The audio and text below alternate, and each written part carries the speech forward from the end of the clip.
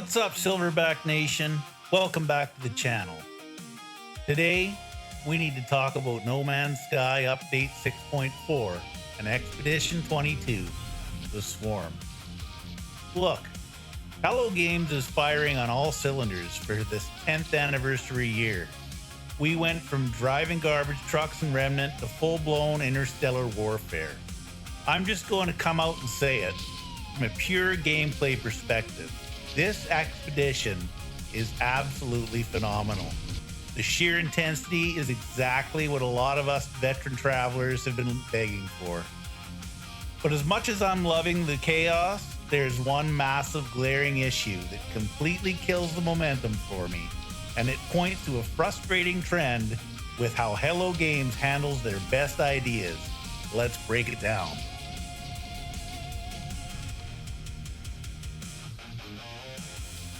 First, let's talk about the good stuff, because there's a lot of it. The Swarm leans harder into pure, unadulterated combat than most any expedition before it. Right out of the gate, you're hitting a quiz that splits the community into 3 distinct teams: Weaver, Sage, and Royal, giving you team-specific colors, flags, and uniforms. I love that faction identity. And the new enemies, holy hell, they are incredible. We've been fighting the same classic sentinels and biological horrors for years. Suddenly, the sky is completely overrun with these elite, incredibly agile swarmer ships that actually require you to stay on your toes, drift your ship, and cycle your weapons.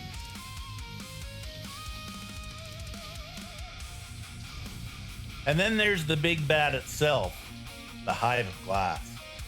Fighting a massive, legitimate boss ship right outside of a planet's atmosphere feels like a completely different game. Navigating through a deadly wheel of lasers to target its vulnerable core, while fleets of swarmers try to rip your shields apart. That is an epic space battle. It breathes entirely new life into the space combat.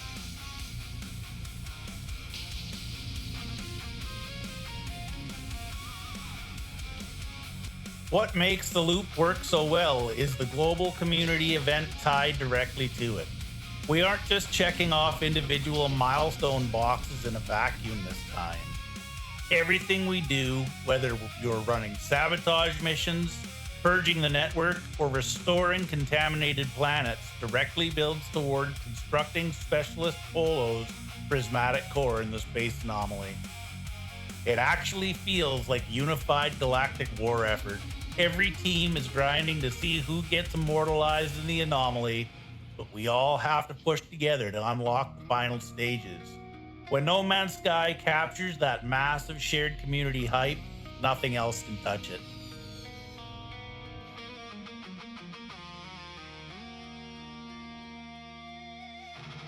But this brings me to the absolute brick wall of this expedition, the time gating. Look, I get why Hello Games did it.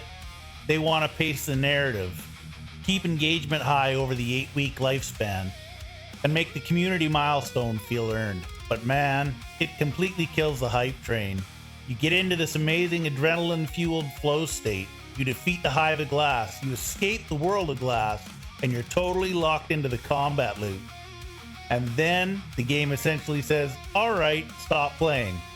Go wait for a few hours or days for the community bar to fill up before you can see phase 3 and 4.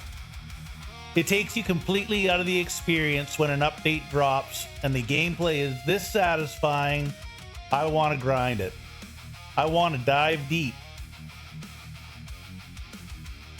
Forcing a hard stop via collective time gates just turns a high-stakes galactic war into a waiting game. It's a massive momentum killer. But the biggest disappointment isn't even the wait. It's the realization of what is likely going to happen when this expedition ends.